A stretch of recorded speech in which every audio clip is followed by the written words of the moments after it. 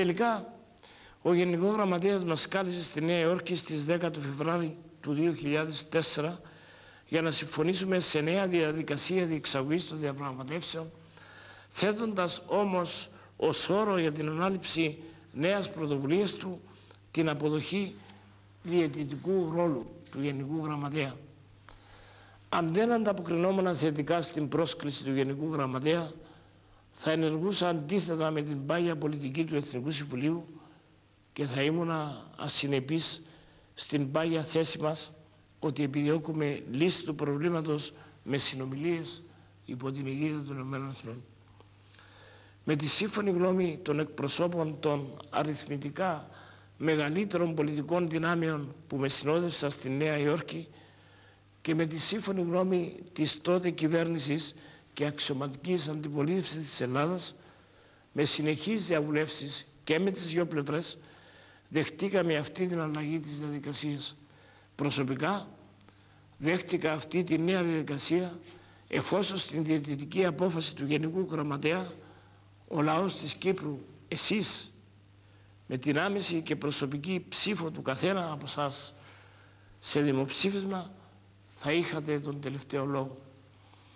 Μετά από εκτίμηση της πλειοψηφίας του Εθνικού Συμβουλίου ότι από μέρους μας υποβολή μαξιμαλιστικών θέσεων θα οδηγούσε σε επικρίσεις κατά της πλευράς μας, υποβάλαμε συνενετικές προτάσεις που εξυπηρετούσαν και τις δυο κοινότητες.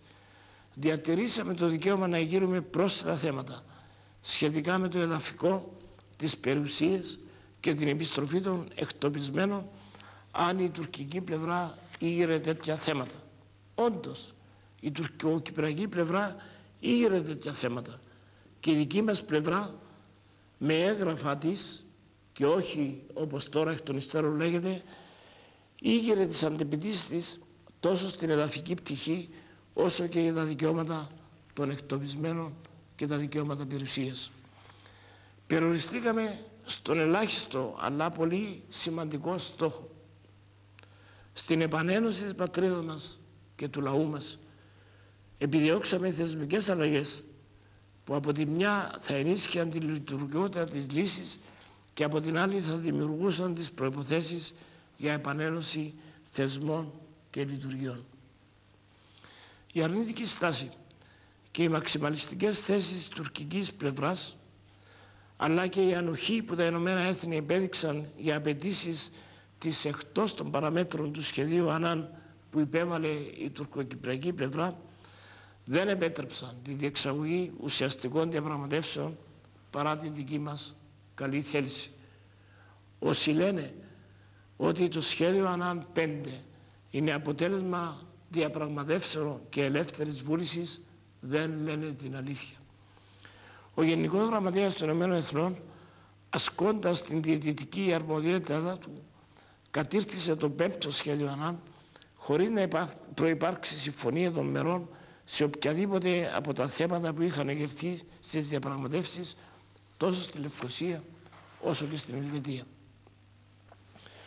Στο 5ο σχέδιο Ανάν περιέχονται βελτιώσεις σε σύγκριση με το 3ο και 4ο σχέδιο. Και αυτές είναι θετικά στοιχεία και δεν πρέπει να τις παραγνωρίζουμε. Αυτές οι βελτιώσεις όμως δεν ικανοποιούν τις ελάχιστες απαιτήσεις που είχαμε υποβάλει. Ούτε όσον αφορά την λειτουργικότητα του σχεδίου, ούτε όσον αφορά την ετοιμότητα εφαρμογής του από την επόμενη των δημοψηφισμάτων, ούτε όσον αφορά την ουσιαστική επανένωση της πατρίδας μας στον οικονομικό, δημοσιονομικό και νομισματικό τομέα. Αυτή δεν είναι η ώρα, ούτε η ευκαιρία να προβώ σε λεπτομερή ανάλυση του σχεδίου Ανάν. Αυτό θα γίνει στις επόμενες μέρες και μέχρι την διεξαγωγή των δημοψηφισμάτων. Νομίζω όμως ότι είναι χρήσιμο να αναφερθώ εν είδη παραδειγμάτων σε μερικές πτυχές που φαίνεται να προβληματίζουν τον καθένα μας. Δεν θα επιχειρήσω ούτε δαιμονοποίηση ούτε εξοραϊσμό του σχεδίου Ανάν. Όμως ταυτόχρονα δεν δέχομαι τον ισχυρισμό ότι όποιος επισημαίνει αδυναμίες του σχεδίου αναγκαστικά επιδίδεται είτε σε παραπληροφόρηση, ή ότι αυτό δεν συνιστά αντικειμενική ενημέρωση του λαού. Οι προτάσεις μας για διασφάλιση της λειτουργικότητας δεν περιορίζονταν και δεν εξαντλούνταν στη σύνθεση του Προεδρικού Συμβουλίου ή στην ίδρυση και λειτουργία πρωτόδικου δικαστηρίου ή στη Συμφωνία Συνεργασίας για θέματα Ευρωπαϊκής Ένωσης, που σε κάποιο βαθμό, μερικώς τουλάχιστον, έχουν ικανοποιηθεί, αλλά όχι ικανοποιητικά. Αυτά και μόνο τα θέματα δεν συνιστούν τις απαιτήσεις μας για τη λειτουργικότητα.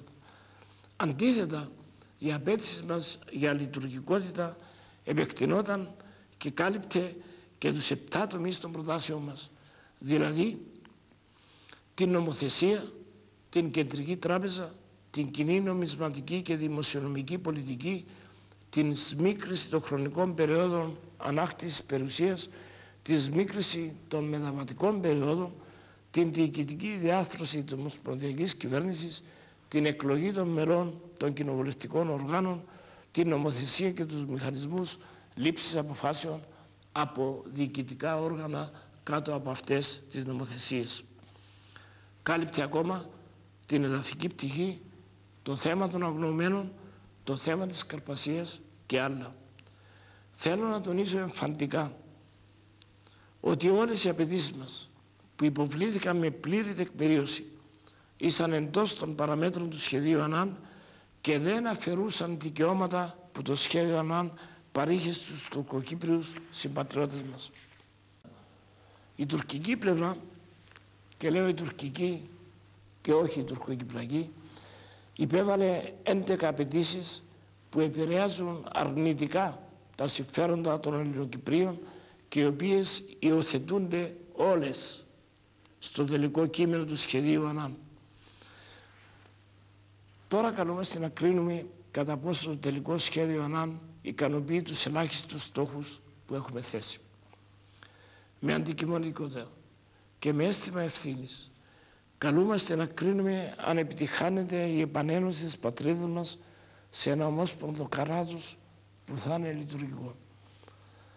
Ένα κράτος που θα είναι βιώσιμο, που θα διασφαλίσει τα βασικά ανθρώπινα δικαιώματα και θα δημιουργεί συνθήκες ασφάλειας και οικονομικής ευημερίας τόσο για τους Ελληνοκύπριους όσο και για τους Τουρκοκύπριους.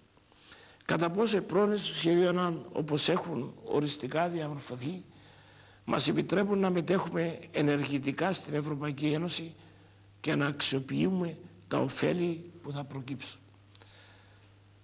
Με πόνο ψυχής καταλήγω στη διαπίστωση ότι ακόμα και την πιο εραστική, την πιο επική κρίση, το τελικό σχέδιο ΑΝΑΝ δεν ικανοποιεί τους ελάχιστους στόχους που θέσαμε. Οι ουσιαστικότερες των προτάσεων μας δεν έγιναν αποδεκτές. Ακόμη και στις πρόνοιες που έχουν βελτιωθεί, διαπιστώνουμε λειτουργικές δυσκολίες, περίπλοκες διαδικασίες και επικίνδυνες νομικές και πρακτικές ασάφειες. Η πιο βασική και θεμελιώδης ανησυχία και αγωνία μου για το μέλλον της πατρίδας μας εστιάζεται στο εξής, και παρακαλώ να το προσέξετε. Η τουρκοκυπριακή κοινότητα αποκτά όλα τα βασικά αιτήματα που διεκδίκησε από την πρώτη ημέρα εφαρμογής της λύσης. Για την ακρίβεια, 24 ώρες μετά την διεξαγωγή των δημοψηφισμάτων.